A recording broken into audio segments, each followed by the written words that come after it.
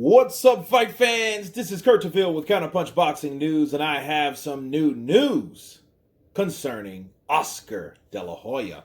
Oscar Dela Hoya says this bold statement about Ryan Garcia. He says, I think Ryan Garcia walks right through Tank Davis. I really do. He said this quote. He says, I think that Ryan Garcia can fight anybody at 135.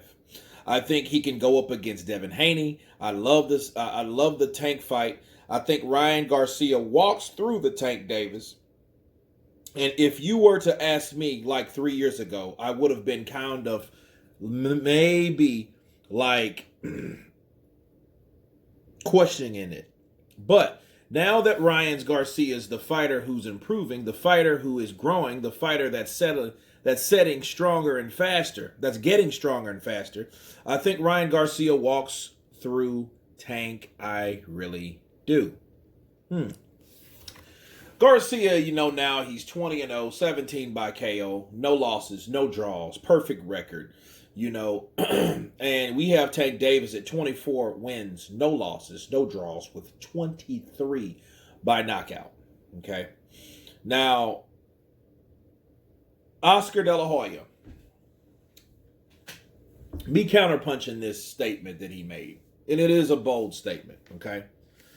It's a bold statement, but it's also a statement that's typical. It's a typical statement. Of course, Oscar Dela Hoya is going to say it,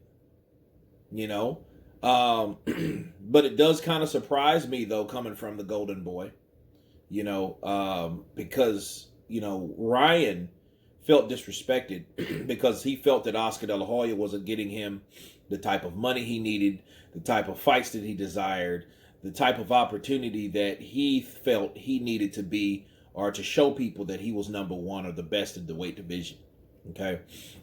And Oscar was, he was hesitant to do so, but he let him off the leash, and his first test will be tomorrow. All right, or today, whenever you guys see this, because these are predated, because I have a long trip ahead of me before we go live, on Campbell versus Garcia. Now,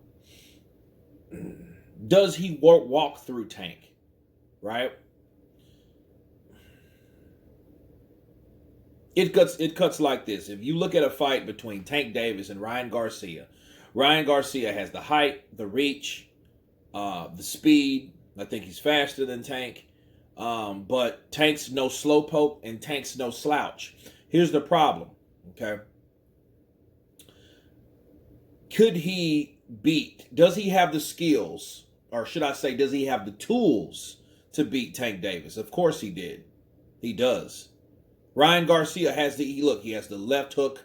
He throws straight right punches. That's crucial against any southpaw. I think he hits a lot harder than someone like Leo Santa Cruz and all those guys that Tank Davis made him look like he was so massively strong. Okay, and he is a strong puncher, but he's fighting guys that were one south of the 130-pound limit, and he's not even really originally a 130-pounder. He just fought at a catch weight for Leo Santa Cruz. Leo Santa Cruz was, I don't feel that he was fully acclimated at 130. Tall as he is and anything like that, he just doesn't have the size behind him. But anyway, comparing him to a bigger, taller guy like Garcia, you could see that with Garcia's tools, he has the opportunity, he has what it takes to beat Tank. Why? Because Tank is a guy that pretty much looks for one shot. He looks for one shot just like he did with Leo Santa Cruz. Maybe he felt Leo's punches and it didn't bother him. But I think these punches would bother Tank. And if they don't knock Tank out or really hurt Tank, they're going to swell Tank up. Either one of those you don't need. Okay, they're bad for judges. They're bad for your eyesight, right? Your vision and all that, especially when he starts swelling.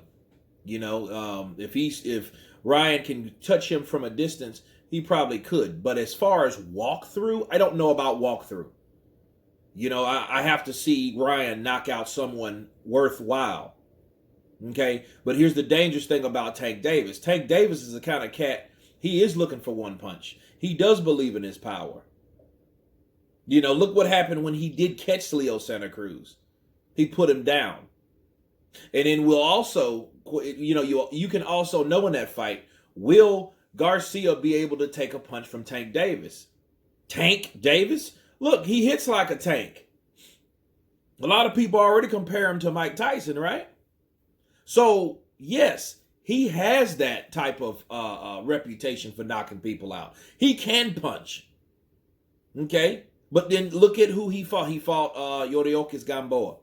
He knocked him out, but it took him 12 rounds to do it against a one-legged man.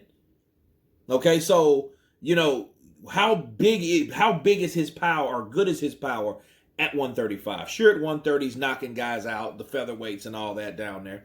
But is he, in fact, that much powerful enough to knock someone out like Ryan Garcia? If he can't knock Ryan Garcia out, Ryan could probably beat him on points.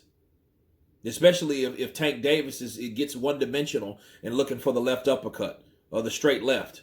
If he gets that way and he tries to search for a punch he may never find. But then again, we're talking about Ryan Garcia, a guy that hasn't been tested, but he will be tested tomorrow. Okay? We can't say that about Tank Davis yet. He hasn't came up against that one guy yet to let us know. Yorioki Gamboa, no way. You know, I mean, he was 38 years old. This dude's in my age bracket. No, that doesn't count. Try again.